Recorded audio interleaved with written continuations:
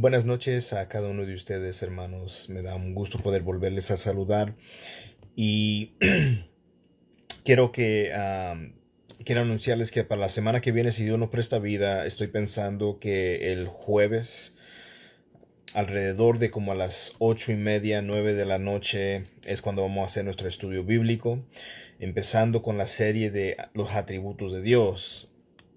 Yo les voy a estar en los próximos días informándoles sobre los versículos, sobre el atributo específico que vamos a estar hablando, para que pueda ir entre que se acerque ese día, estar estudiando las porciones que vamos a estar viendo.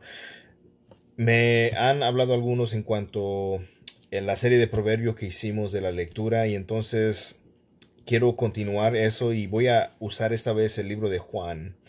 Quiero usar este libro en el Nuevo Testamento y lo voy a hacer un poquito diferente. Lo que voy a hacer simplemente es lo voy a hacer en porciones, tratar de ir poco a poco, y pues con la ayuda y la gracia de Dios vamos a ir aprendiendo. Entonces vamos a empezar hoy en el libro de San Juan, el Evangelio de Jesucristo según San Juan, capítulo 1, versos 1 al 13. Solamente nos vamos a enfocar a versos 1 al 13. Dice la palabra de Dios en el nombre del Padre, del Hijo y del Espíritu Santo. En el principio existía el Verbo, y el Verbo estaba con Dios, y el Verbo era Dios.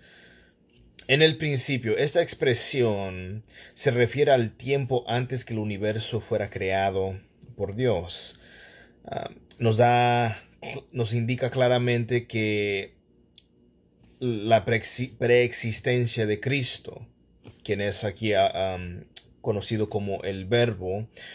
Ahora, ¿qué quiso decir Juan cuando usa la palabra el verbo? Bueno, el verbo es una expresión que se usaba por los teólogos, por los filósofos, tanto judíos como griegos, por igual lo usaban de muchas maneras diferentes, pero en las escrituras, especialmente en el hebreo, el verbo era conocido como un agente de creación. Esto lo podemos ver en el Salmo 33:6. La fuente del mensaje de Dios a su pueblo por medio de sus profetas, lo podemos ver en Oseas 1, capítulo 1, verso 2. Y la ley de Dios y su norma de santidad, Salmo 119, 11. En mi corazón he guardado tus dichos para no pecar contra ti.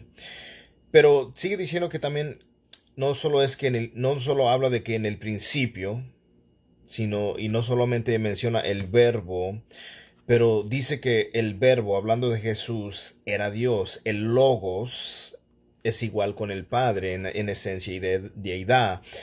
Reconocemos la deidad de Cristo, que fue 100% hombre como fue 100% Dios.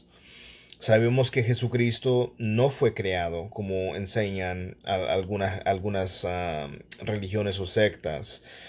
Cristo existía desde el inicio. Lo vemos aquí claramente en Juan capítulo 1, versículo 1. Juan nos dice que Jesús es Dios. Y esto es un énfasis que se ve a lo largo de este evangelio, y lo vamos a estar viendo en las próximas, voy a estar viendo en los próximos días, semanas, lo que nos tarde este evangelio.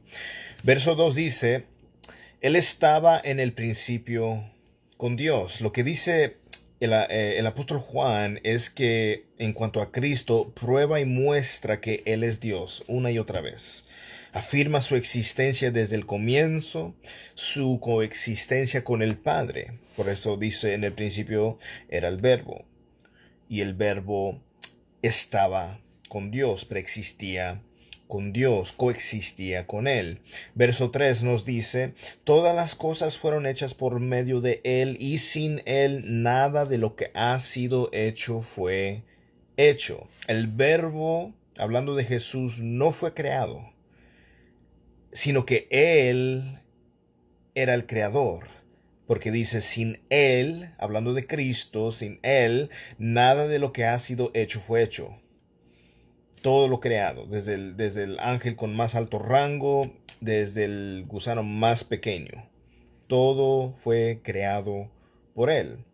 Versículo 4: en Él estaba la vida, y la vida era la luz de los hombres. La luz brilla en las tinieblas y las tinieblas no la comprendieron. Nosotros nos entendemos que Cristo es la luz. Él vino a este mundo lleno de tinieblas y lo que nos está explicando este verso es que hay un rechazo hacia Cristo, hay un rechazo hacia la verdad. Y entonces sabemos que Jesús es el único camino, Él es la única verdad, Él es la única fuente de vida.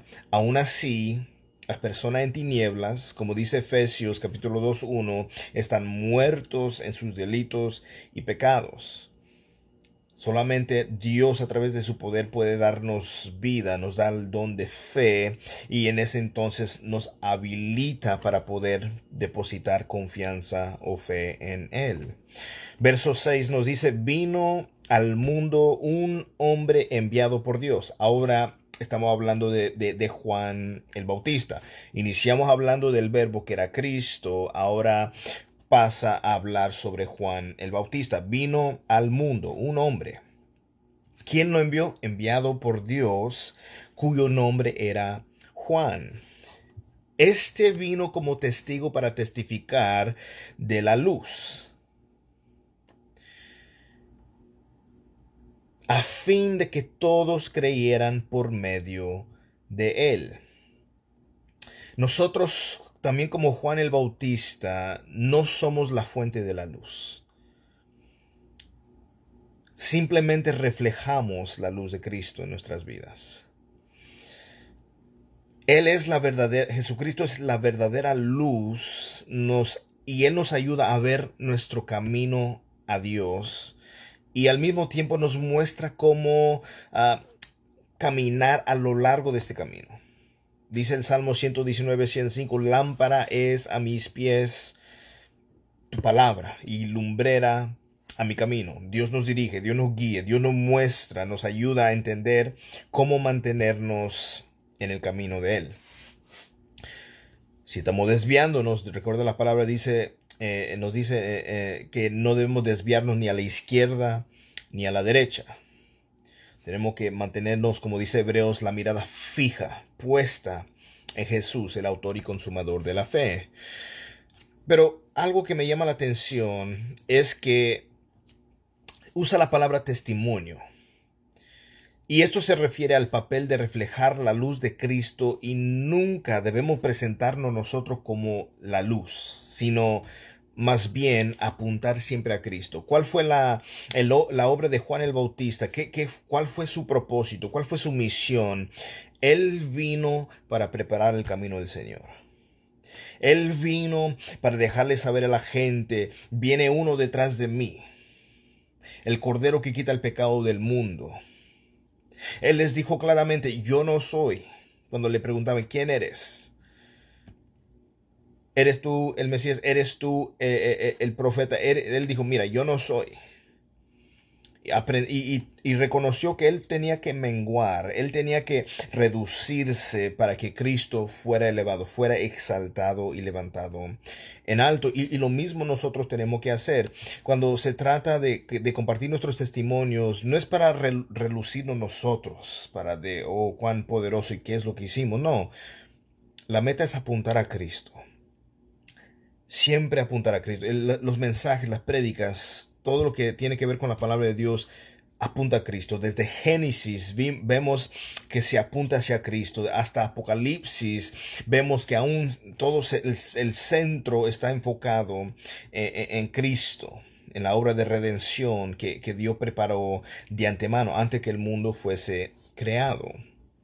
Verso 9 nos dice, existía la luz verdadera que al venir al mundo alumbra a todo hombre. Alumbra. Esta palabra se refiere a la revelación sobrenatural de la verdad divina. ¿Cómo es que Dios se revela a nosotros? Por medio de las Escrituras. Por medio de la palabra de Dios, nosotros se nos revela, se nos quita el velo de lo que nosotros no sabíamos, no entendíamos, y se nos da la revelación, se nos da el entendimiento, el conocimiento acerca de quién es Dios. Entonces, para conocer a Dios, ¿qué debemos de hacer? poner nuestra confianza en hombre, ir a YouTube y ir a Julano de Tal, a las personas que se dicen llamar profeta y apóstol y esto y lo otro. No, tenemos que ir hacia el recurso principal, la palabra de Dios. No podemos poner nuestra confianza en el hombre, porque Jeremías nos dice claramente que maldito el hombre que confía en otro hombre, pero bendito aquel cuya confianza está puesta en el Señor. Entonces, ¿estoy diciendo que no escuchen a sus pastores? No. Debemos escucharlo, pero con la Biblia a la par, con la Biblia viendo como hicieron los de Berea en Hechos capítulo 19. Venía Pablo a predicarles y ellos, aunque fuera Pablo, el gran predicador, el que Dios está usando poderosamente, agarraron sus Biblias y aseguraron que todo lo que iba enseñando Pablo iba de acuerdo a las Escrituras. Y esto es algo que se ha perdido, esto es algo que necesitamos volver a ella, porque cuando un predicador predica y contradice lo que está en la palabra de Dios, aunque se llame profeta o diga que está ungido, aunque grite y haga esto y lo otro, si no predica la palabra de Dios, no es uno enviado de Dios, no es uno que proclama para la gloria de Dios. Entonces nosotros tenemos que tomar eso muy en cuenta. Entonces, ¿qué hizo Dios? Nos reveló de una manera sobrenatural la verdad divina. Ahora, ¿hacia quién? Para testimonio de la luz, a fin de que todos creyeran por medio de él. Todo hombre. No implica que toda persona se va a salvar. Pero en el Nuevo Testamento sabemos que es muy claro en mostrar que Dios se da a conocer a todos de una o de otra manera. Las buenas nuevas de salvación es para todos. Es para todos. Es ofrecido a todas las personas, pero solo van a ser salvos los que creen en Cristo y su obra redentora. Imagínense, solo van a ser salvos. Todo aquel que en él cree será salvo. No perecerá, pero será salvo. Verso 10 dice: en el mundo estaba y el mundo fue hecho por medio de él y el mundo no le conoció. Verso 11, a los suyos vino y los suyos no le recibieron. Él primeramente vino hacia los judíos. Lo rechazaron. No le creyeron, aunque decían conocer la ley. La ley apuntaba a Cristo. Moisés decía que Dios iba a levantar a un profeta entre vosotros. Levantaría un profeta, hablando en referencia a Cristo el Mesías. Y se profetizó en Isaías de lo que iba a suceder. Y se habló. Y cuando vino el Mesías, cuando vino Cristo, no le recibieron. Cristo vino a la humanidad y la humanidad lo ha rechazado. Pero lo hermoso viene en el versículo 12. Pero a todos, y esto incluye tanto a judíos como a gentiles, judíos y a no judíos, pero a todos los que le recibieron les dio el derecho de llegar a ser hijos de Dios. ¿Qué significa el derecho? La salvación no es una habilidad o poder inherente que el ser humano tiene. Muchos piensan y creen, yo acepté a Cristo porque yo tomé esa decisión. Efesios dice que estábamos muertos en delitos y pecados, un cadáver espiritualmente muerto. Aunque le pidas y le ruegas que acepte a Cristo, no lo puede aceptar. En el valle de los huesos secos, ahí estaba Ezequiel y Dios le dijo: hijo de hombre, dile, profetiza, habla mis palabras. Y le preguntó: ¿crees que vivirán estos huesos? Y el profeta contestó de la mejor manera: solo tú, Jehová, lo sabes. Romanos capítulo 3, versículos 10 en adelante nos dice que el hombre está inhabilitado, incapaz de buscar a Dios. Es más, el Evangelio nos dice que Cristo vino a buscar y a salvar lo que se habían perdido. Nosotros no buscábamos a Dios, no estábamos buscándole. Él vino a nosotros donde estábamos perdidos. Eso es lo maravilloso, nos da el derecho. ¿Qué significa eso? Que es un privilegio otorgado por Dios gratuitamente, un regalo de Dios. No es algo que nosotros por nuestra propia habilidad las conseguimos o por nuestro mérito lo conseguimos. No, es algo que Dios lo da gratuitamente. Hijos de Dios, ¿qué significa? Esta frase describe la naturaleza y el carácter de los que nacen en la familia de Dios para creer en Cristo. Deben comportarse como hijos de Dios. ¿Qué pasaba cuando los religiosos le decían a Jesús que ellos eran hijos de Abraham? Y Jesús le dijo, no, no, no, si ustedes fueran hijos de Abraham, me creerían a mí, pero ustedes son hijos del diablo. ¿Y por qué les dijo eso? Porque tenían deseos, tenían el pensamiento de matarlo, de deshacerse de él, porque le tenían envidia, no podían aguantar la verdad que él les proclamaba, porque amaban más las tinieblas que la luz. Pero a todo aquel llegar a ser hijos de Dios, es decir, a los que creen en su nombre. Eso es hermoso. Los que hemos creído en su nombre, ahora somos hijos y hijas de Dios. Es un gran privilegio. Verso 13 para concluir, que no nacieron de sangre, ni de voluntad de la carne, ni de la voluntad del hombre, sino de Dios. Sabemos que lo que es nacido de Dios, eso no está inclinado al pecado. No habitualmente peca. Como hijos de Dios, como creyente, como cristiano, no somos para nada perfectos, pero créeme, usted y yo pecamos al diario en pensamiento, en actitud, en palabra, en gesto, ofendemos a Dios, ofendemos a nuestro prójimo, y por eso el Evangelio, muchos piensan que el Evangelio nomás es para los perdidos. No, el Evangelio es también para nosotros los creyentes, porque todos los días tenemos que estar arrepintiéndonos, en arrepentimiento continuo, dando frutos dignos de arrepentimiento.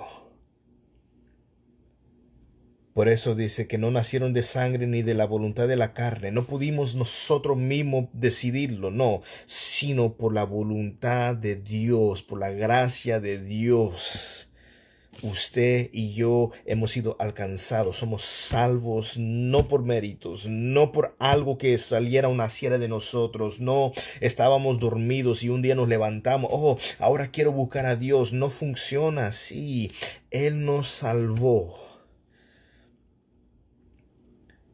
Porque recuerda que Romanos 5:8 dice, mas estando muertos en pecado, mas Cristo murió, mas Dios muestra su amor para con nosotros, que siendo aún pecadores, Cristo murió por nosotros. Entonces, esta es una invitación, amado amigo, amiga, que me estás escuchando. Tenemos el anhelo y el deseo que Dios el Padre se revele a tu vida, que Él hable a tu corazón. Tal vez estás confundido, tal vez no sepas qué hacer, pero déjame decirte, yo creo en un Dios poderoso, creemos en el único y verdadero Dios, aquel que sigue siendo del mismo de ayer, de hoy y por los siglos, el mismo Dios que levantaba muerto, el mismo Dios que sanaba al enfermo, levantaba vista al ciego, es el mismo Dios. Y Él quiere y desea salvar a las personas que en Él crean. No quiere que nadie perezca. La solución no es la siguiente: ven a mi iglesia. La solución es: necesitas a Cristo. Necesitas que la gracia salvadora de Cristo. Tenemos que proclamar el Evangelio, proclamar las buenas nuevas de salvación, que Dios es justo, Dios es creador, Dios es santo. Explicarle a la gente nuestra condición pecadora, nuestra naturaleza pecaminosa, que todos nacimos en pecado y que estamos, ¿verdad?, en pecados. Si morimos en nuestros pecados, seremos condenados justamente por la ira de Dios, por la justicia de Dios. Pero lo hermoso es que Él envió a su Hijo Jesucristo, el Cordero que quita el pecado del mundo, para que todo aquel que en Él creyera no se pierda, mas tenga vida eterna. Fue a la cruz, murió en la cruz, resucitó al tercer día, no está en la tumba. Él vive, Él reina, Él está a la diestra del Padre, e intercede, ruega a nuestro favor, al favor de los santos. Finalmente te invito a considerar, si en esta noche murieras, si esto fuera nuestra última noche, ¿estás listo para un encuentro con tu Dios? Si no estás listo, yo te pido, te suplico en el amor de Dios, Ruégale a Dios, pídele a Dios misericordia, pídele perdón a Dios. Ve a Cristo, dile: sálvame, Señor, sálvame, salva a este vil pecador, y verás el poder transformador de Dios que obrará con tu vida. Bendiciones para cada uno de ustedes. Continuamos, si Dios nos presta vida, mañana desde el versículo 14 al 18. Dios me los bendiga, hermanos.